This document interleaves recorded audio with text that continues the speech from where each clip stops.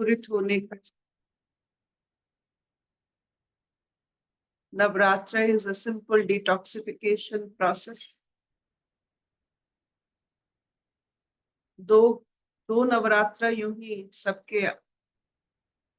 सबको समझ में आता है, लेकिन और 4 नवरात्र हर एक 2 महीना में एक नवरात्र होता है, 6 नवरात्र फॉर डिटॉक्सिफिकेशन।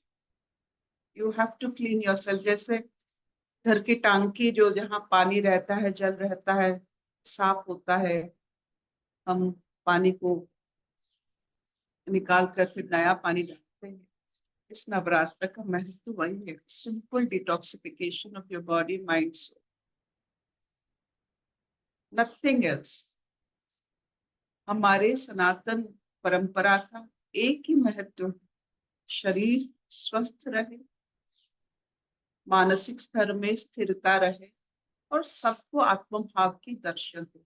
इसलिए ये सब हमारे जो जितने सारे सामाजिक पूजा, आत्मिक पूजा, जितना सब हमारे यहाँ है, ये सब इसीलिए। It's not mysterious at all. तो वैशाली जी आगे पढ़े। हाँ, नमस्ते अर्पिता। नमस्ते आंटी। नमस्ते सब योगियों को। हम लोग गीता का 11वां अध्याय पढ़ रहे हैं, विश्व रूप दर्शन योग। उसमें हम आज श्लोक नंबर 20 पढ़ेंगे। अर्जुन आगे बोल रहे हैं। अर्जुन उवाच द्यावा पृथिवीवोरिदमन्तरं हि व्याप्तं त्वयैकेन दिशश्च सर्वः दृष्ट्वाद्भुतं रूपमुग्रं तवेदं लोकत्रयं प्रव्यथितं महात्मन् द्यावा पृथिव्योरिदमन्तरं हि व्याप्तं त्वयैकेन दिशश्च सर्वः दृष्ट्वाद्भुतं रूपमुग्रं तवेदं लोकत्रयं प्रव्यथितं महात्मन्। हे महात्मन, यह स्वर्ग और पृथ्वी के बीच का संपूर्ण आकाश तथा सब दिशाएं एक आप से ही परिपूर्ण है, तथा आपके इस अलौकिक और भयंकर रूप को देखकर तीनों लोक अति व्यथा को प्राप्त हो रहे हैं। हरिओम।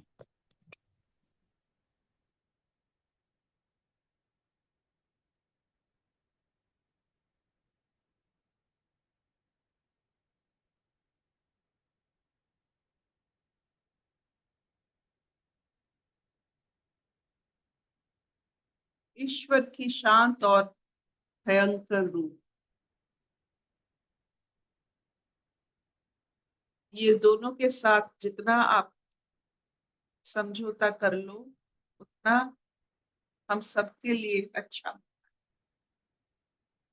ये दो रूप जो होता है,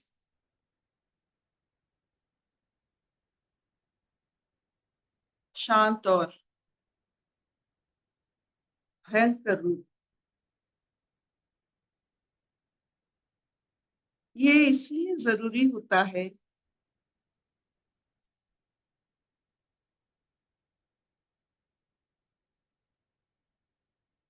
ये ब्रह्मांड नीति और न्याय से चलता है।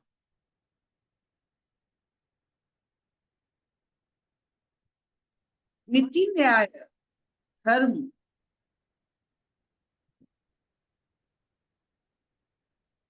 नीति और न्याय में धर्म अंकुरित होता है।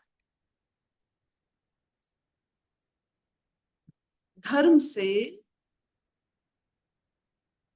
ये सारा ब्रह्मांड अपने स्वरूप में रहता है। रूप बदलता नहीं है जब तक धर्म कायम। जब तक मनुष्य में पसीना और कृषि कर्म, जल की आराधना, जल तत्व पर प्रत्येक मनुष्य सावधान, बारिश उसी से प्रकट होता है, धर्म से। Evaporation happens by law according to the dharma. ये जो लॉ सब चलता है, ये धर्म होता है। और इस धर्म के कारण ब्रह्मांड कायम शांत रूप है।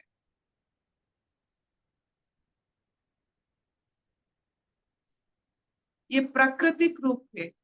प्रकृति को अपने हिसाब से चलाना एक धर्म, वो चलती है, हमको भी उसको सहायता देना पड़ता है चलने के लिए, क्योंकि हम सबसे श्रेष्ठ जीव है प्रकृति का, श्रेष्ठ बच्चे हैं प्रकृति का। जब ये धर्म, ये नियम, ये नीति, ये अनदेखा हो जाता है तो भीषण रूप, भयभीत, भयंकर रूप ईश्वर को धारण करना पड़ता है।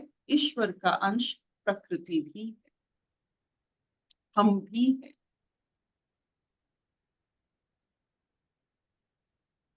अभी जो अर्जुन देख रहे हैं कि स्वर्ग और मर्त्य के बीच में जो जो जहां जहां हर दिशा में ईश्वर फैले हुए हैं, इसका मतलब अर्जुन जी की पहले जब वो सोचते थे ईश्वर को, शायद वो मूर्त में सोचते थे या संकीर्णता में सोचते हैं।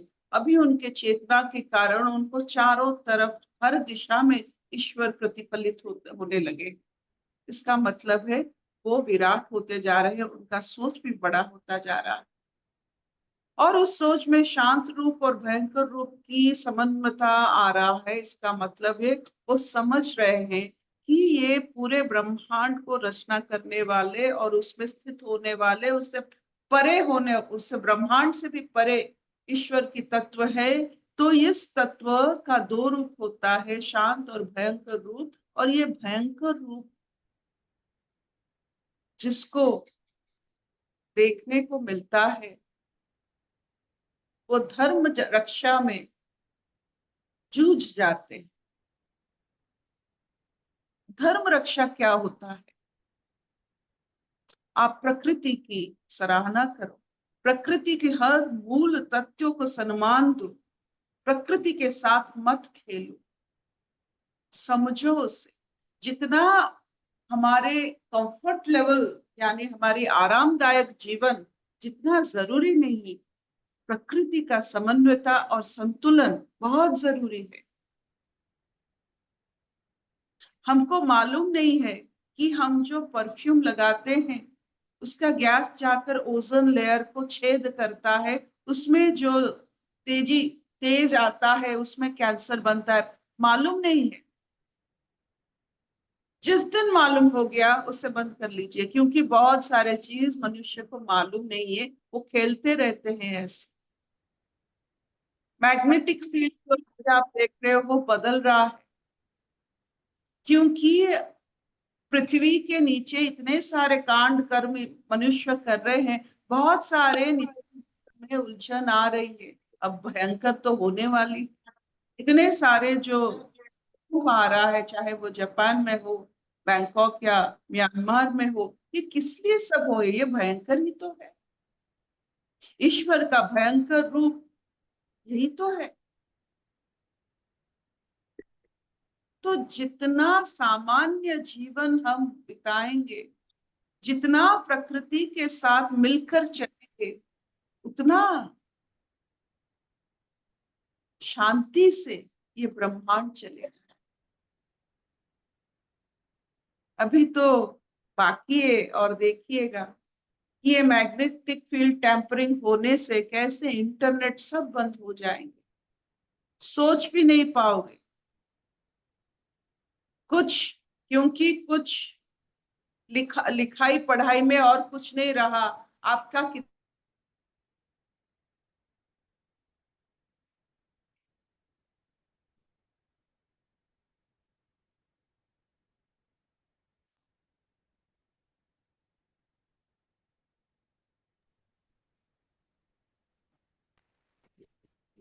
इसका ये भयंकर रूप होता है।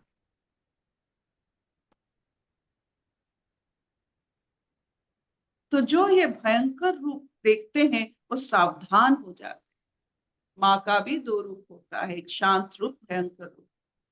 माँ हमें झेलती है, जब उनके हिसाब से बाहर हो जाती है तो हमें उनका भयंकर रूप देखना पड़ता है।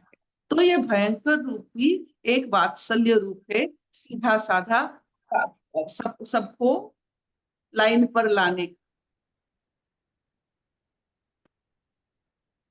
तो अपने आप को जितना प्रकृति के नियम के साथ आप जुड़े रखेंगे उतना आपका जीवन सफल होगा। सफल, सक्सेस नहीं कह पाएंगे लेकिन सफल।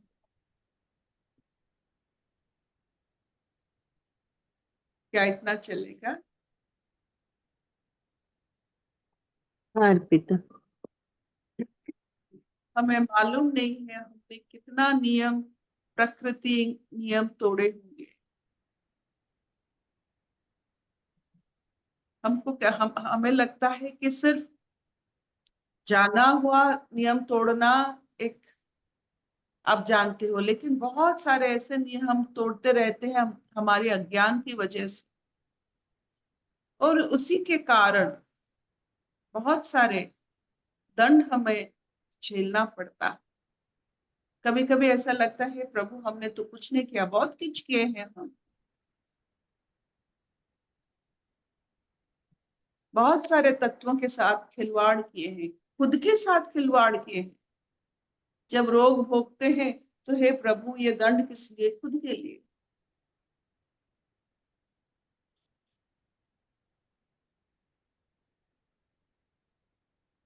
नीति नियम धर्म कहता है कि एक बार खाओ, हम 5 बार खाते।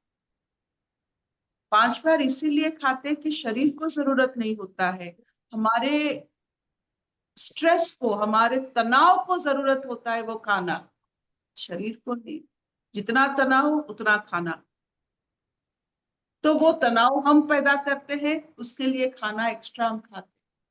तो तनाव रहित ये शरीर एक बार खाने से पर्याप्त होता है। हमने कभी ऐसा सोचा नहीं? सोचा। ना। अशतो मां सत्कमय, तमसो मां ज्योतिर्गमय, मृत्युर्मां अमृतंगमय। सर्वे सुखिनः सन्तु, सर्वे सन्तु निरामया, सर्वे भद्राणि पश्यन्तु मा कश्चित् ओम शांति शांति शांति। आज आपने जो इतना विश्व का सारा प्रकृति सृष्टि का बताया कि भगवान कैसे करता है और कैसे हम गलत कर रहे हैं तो उसका क्या असर होता है, तो हम तो ये अपने बहुत छोटे सी लाइफ में देखते हैं। अपनी जो छोटी सी ये प्रकृति है उसके अंदर ही देखते हैं। अपने घर में भी कुछ उल्टा सीधा जब हम करते हैं तो तूफान भी आते हैं, आफत भी आती है, परेशानियां भी आती, सब यही दिख जाता है। अपने परिवार के अंदर ही दिख जाता है।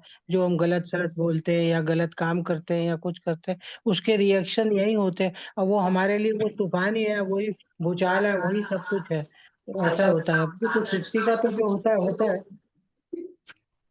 हम तो वही नोटिस करते हैं ये बातें।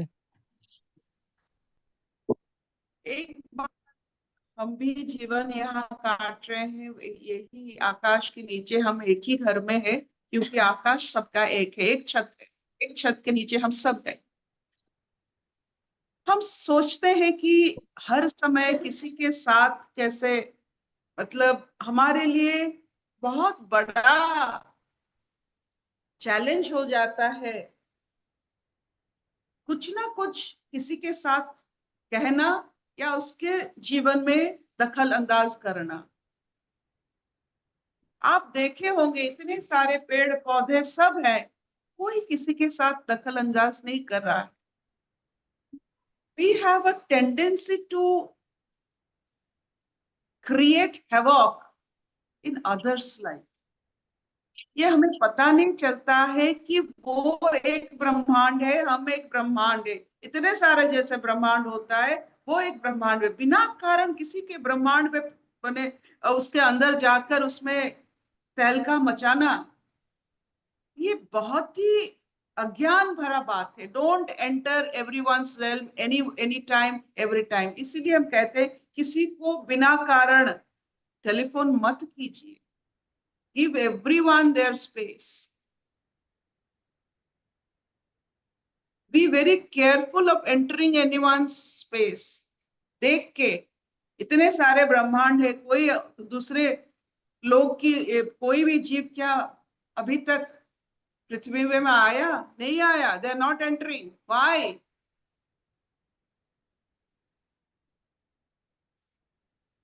बहुत ठीक बताया। अच्छा, दूसरा जो आपने स्ट्रेस और खाने का बताया, तो उसमें हमें तो सुबह बहुत भूख लगती है, उसके बाद दिन भर नहीं लगती है, बहुत कम खाते हैं, रात को तो बिल्कुल ही कम खाते हैं। तो क्या मतलब हमें सुबह सुबह ज्यादा स्ट्रेस होती है, सारा दिन नहीं होती? कल्पिता दी का कट हो गया है शायद। पहली बात तो खाते नहीं देते हैं,